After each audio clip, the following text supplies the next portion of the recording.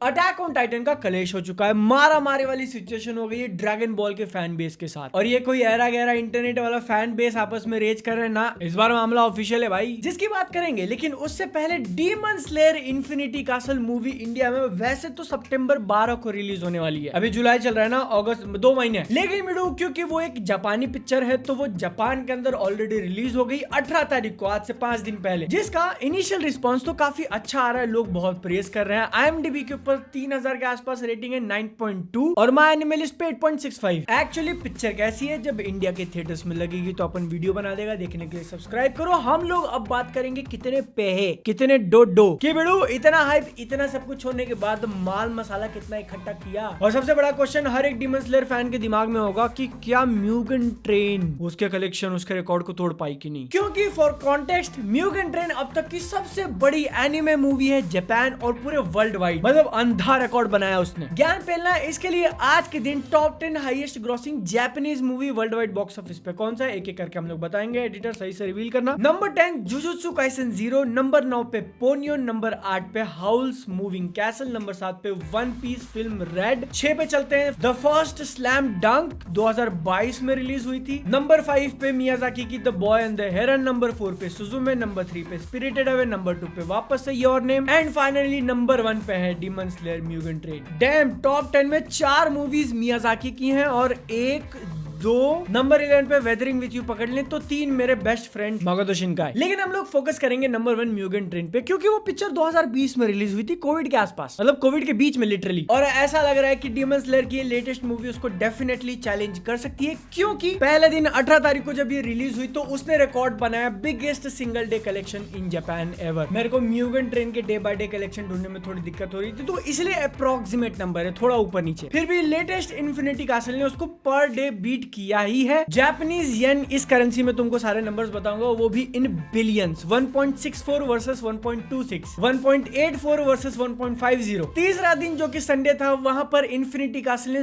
2 billion किया, म्यूगन train का 1.8 था। और चौथा दिन इन्फिनिटी कासल के लिए और पॉजिटिव साबित होता है, क्योंकि मंडे की छुट्टी थी, तो 1.79 यहां पर कमा लिया और म्यूगन ट्रेन ने 1, जिसके कारण पहले 4 दिन का अगर ओपनिंग वीकेंड पकड़े तो इन्फिनिटी कासल काफी आगे चल रही है, 7.3 बिलियन येन वर्सेस 5.6। तुम अगर इंटरनेट पे इनके कंपैरिजन ढूंढने जाओ तो थोड़ा बहुत कंफ्यूजन हो सकता है उनके डॉलर्स में नंबर देखकर। हाँ, अगर किसी ने जापान के अंदर इस मूवी ने जापानीज के अंदर कमाए हुए अमाउंट को डॉलर में कन्वर्ट किया तो कई केसेस में तुमको दिखाई दे सकता है कि पुरानी जो म्यूगन ट्रेन थी वो आगे चल रही है, क्योंकि 5 साल पहले वो रिलीज हुई थी और उस टाइम पे येन काफी स्ट्रॉन्ग था। ये चार्ट देखो कितना गिरा कंपेयर टू डॉलर, जिसका असर डेफिनेटली फाइनल टोटल वाले कंपैरिजन पे पड़ेगा जब हम लोग देखेंगे कि म्यूगन ट्रेन के 500 मिलियन वर्ल्ड वाइड कलेक्शन को उसने बीट किया कि नहीं। क्या करोगे, कन्वर्जन का असला मसला ही ऐसा है। लेकिन इसके साथ एक और रिकॉर्ड तोड़ा है इन्फिनिटी कासल ने कि biggest IMAX opening ever in Japan. सारी मूवी जितनी भी रिलीज हुई है सबका पकड़ के, जहां पर पहले 3 दिन में 59 आईमैक्स स्क्रीन से उसने $3 मिलियन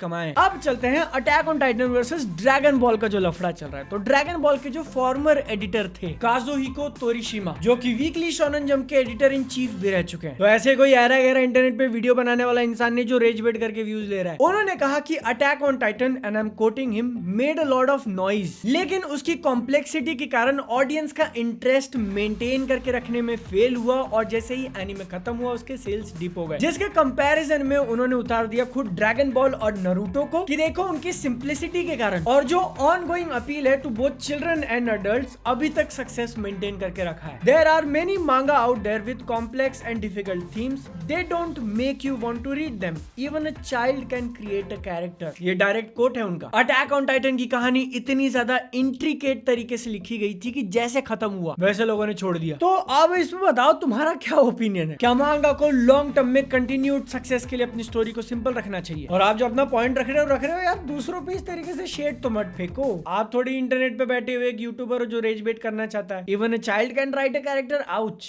इसलिए हम ऐसी बात नहीं करते, एकदम सेंसिबल होके लफड़ा कलेश हम बताते हैं, ताकि आप इस वीडियो के कमेंट सेक्शन में लड़ सको और हमको मिले engagement.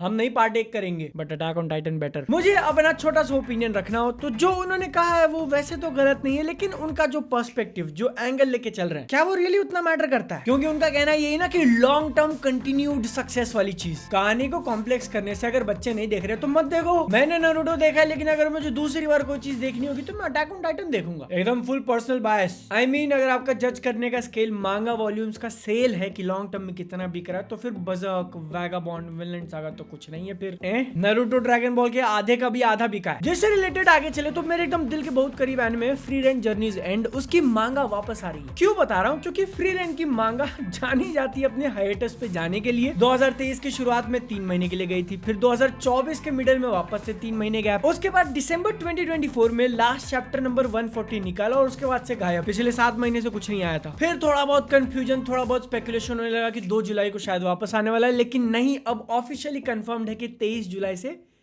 Free rein is coming back. मैं रीड नहीं करता हूँ, लेकिन जो कर रहे हैं उनके लिए बता दिया, क्योंकि मैं एनीमे का वेट कर रहा हूँ भाई। सीजन नंबर 2 अगले साल जनवरी से आएगा, मेरे को तब तक जिंदा रहना है बस। I want to eat your pancreas, शायद नाम तुमने सुना होगा। उसके जो ऑथर है योरो सुमिनो, उनके 4 नए कामों का लाइसेंस ले लिया है विज मीडिया ने, जिसका मतलब कुछ आएगा नहीं आएगा आई डोंट नो। पिक्चर बनी, पिक्चर काफी पॉपुलर हुई, तो हो सकता है कि इमोशनली ड्रिवन जो मांगा स्टोरीज वो लिखते हैं मे बी फ्यूचर में कुछ आ जाए। लेकिन फ्यूचर में जो एक चीज आने वाली है, सोलो लेवलिंग ना भाई, उसके सीजन 3 का तो अभी कुछ नहीं आया, लेकिन नेटफ्लिक्स ने अनाउंस किया कि वो सोलो लेवलिंग का लाइव एक्शन बना रहा है।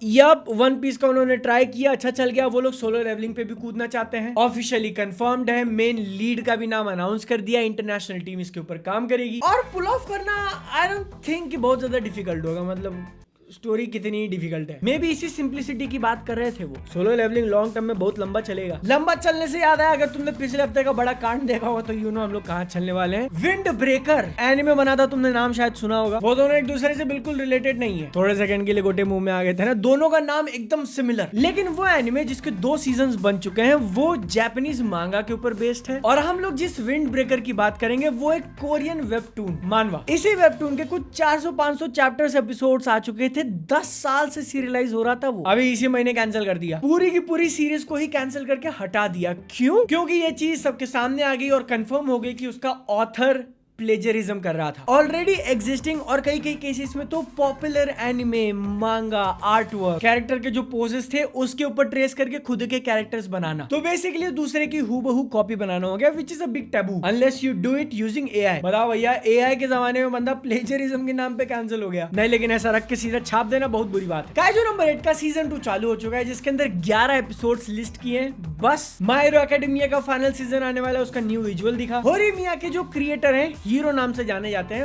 वो अपना एक नया मांगा चालू करेंगे 28 जुलाई से। और अगर तुम में से किसी ने 86 एनीमे देखा है, मैंने देखना चालू किया बाय द वे, तो वो लाइट नोवेल अपने फाइनल आर्क में एंटर करने वाला है। उसके बाद खत्म तो ये वीडियो भी होने वाला है, लेकिन उससे पहले level 3 peak finger titan members को shout out, Harshad Khot, Saitama kun और अनदर वन। लेवल 2 मेंबर्स को दिल से थैंक यू। तुमको अगर वीडियो पसंद आई है तो लाइक कर देना, अपनी सेहत का ध्यान रखो, तभी हम लोग अगली वीडियो में मिल पाएंगे। टाड़ा।